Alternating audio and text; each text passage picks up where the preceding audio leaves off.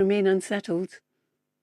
Carol, thank you very much. Carol, enjoy the rest of your weekend. Right now, 9 Grammys. 50 million albums sold worldwide. So no wonder Sheryl Crow's been honoured with a spot in the Rock and Roll Hall of Fame. That happened last year. So going back a bit, she said her album in 2019 would be her last one ever.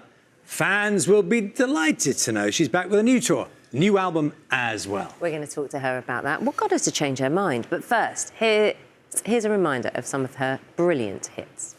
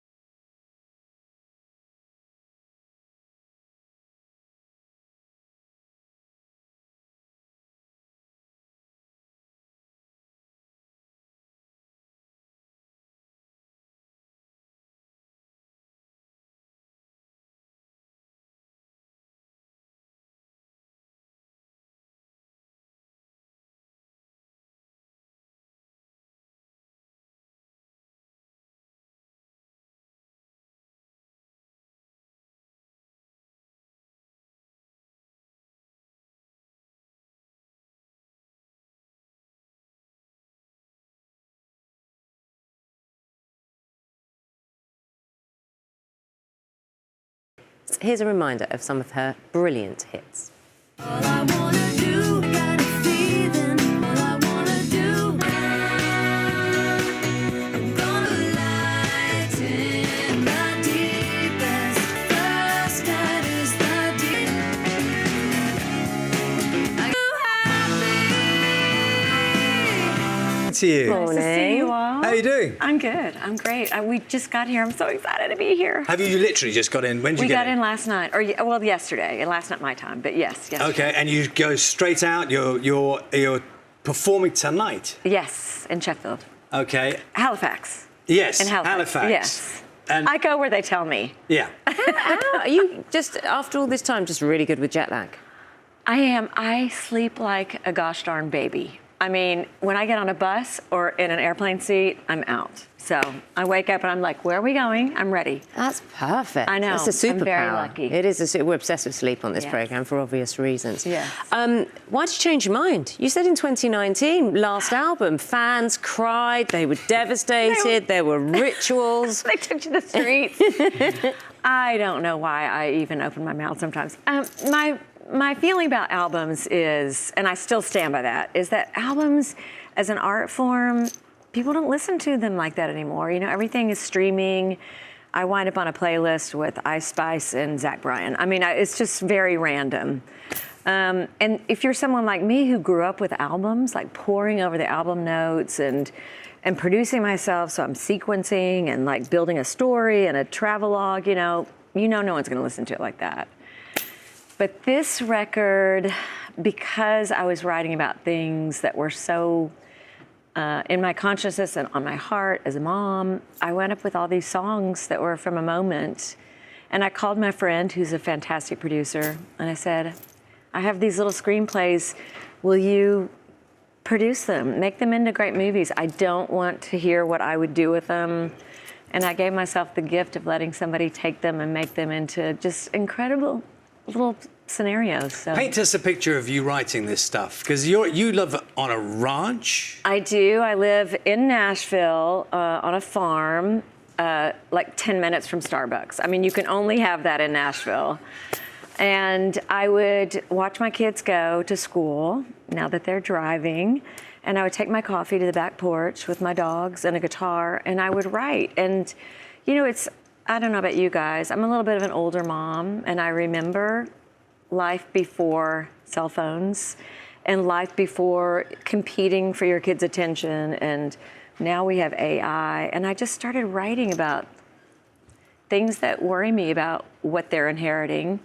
What's it gonna mean to artists to be able to just like type in, I want to write a song that sounds like Bruce Springsteen and have it have these metaphors and have it cough it out to you, you know. What did they say to you about your fears? They say, Mom, you were born in the 1870s. They don't know anything different, you know. So, you know, when you sign up to be a parent, you want to guard their innocence. And it puts you in a position of being the police where you're like going on and seeing what they're looking at. And I don't have a place to go except for Sheryl Crow music. style guide on that one Yeah. then, because lots of parents watch this program Yeah. and they'll know exactly what you're talking about. Yes. So how do you go about it? Well, you know, I am not a tech wizard. It's funny, I told my kids, yeah, the reason I adopted you two is so that you could explain my telephone to me. You know, they have all kinds of parameters. They didn't get phones until they were 13. They didn't get social media until they were 15. So my 14-year-old is like, you know, why can't we have social media? And I tell them, look, I get my feelings hurt. You know, I don't like going on and seeing what people say that's mean. Do you read stuff? I try not to. I don't read reviews. That's been for me like 20 years. 20 years ago, I really started to take it personally. I explained to them we're humans and we have feelings, and sometimes people go on social media and write mean things. They can be people that don't know you, and also, do you want to go on there and see what people think are cool and compare yourself to that? Or I suppose in their case, read about their mum, which yes. you know, that's an added dimension, isn't Yes, yes, it is. Yeah. it? Yeah. Let's listen to a little bit of your new stuff. Because I know That's great. That sounds mean. No, but it sounds great. I think there's a Liberating. certain point where you kind of age out of being in the popular, you know, appealing to that demographic of like 16 to 32 or even younger. And at that point, you stop thinking about, well, do I have a single? Does it sound current? You know, all that sort of stuff that runs through your mind as an artist. You know what I'm saying? Yeah, some artists get a bit sniffy about talking about their early work. We had your song, All I Want to Do, playing in makeup this morning, and it instantly gets people into a good place. It's one of those songs, isn't it? You still love it. I have an immense amount of gratitude for that song because there was a time when it would be just so annoying to have to play it.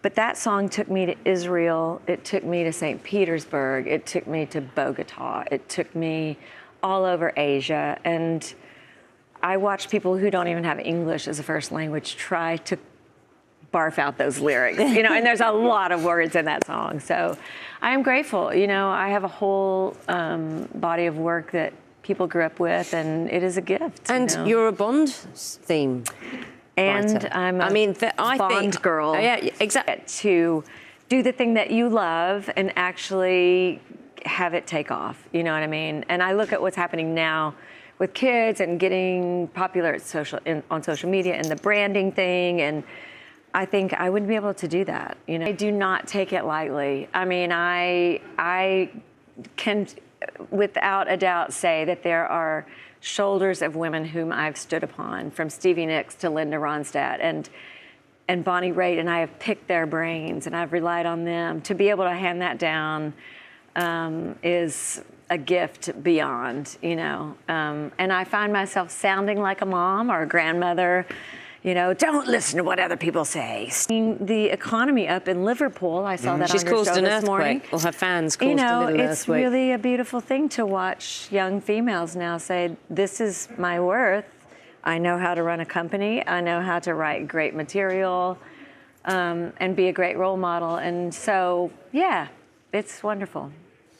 Wisdom, it's a good thing. Yeah. It's a good thing. Good Lovely to thing. see you here this morning. Thank It's you, great Mike, seeing getting you up guys. early for us this morning, because I know you're performing tonight. This is late for me. So. Okay, good. Cheryl's new album, Evolution, is out now. We'll be back shortly.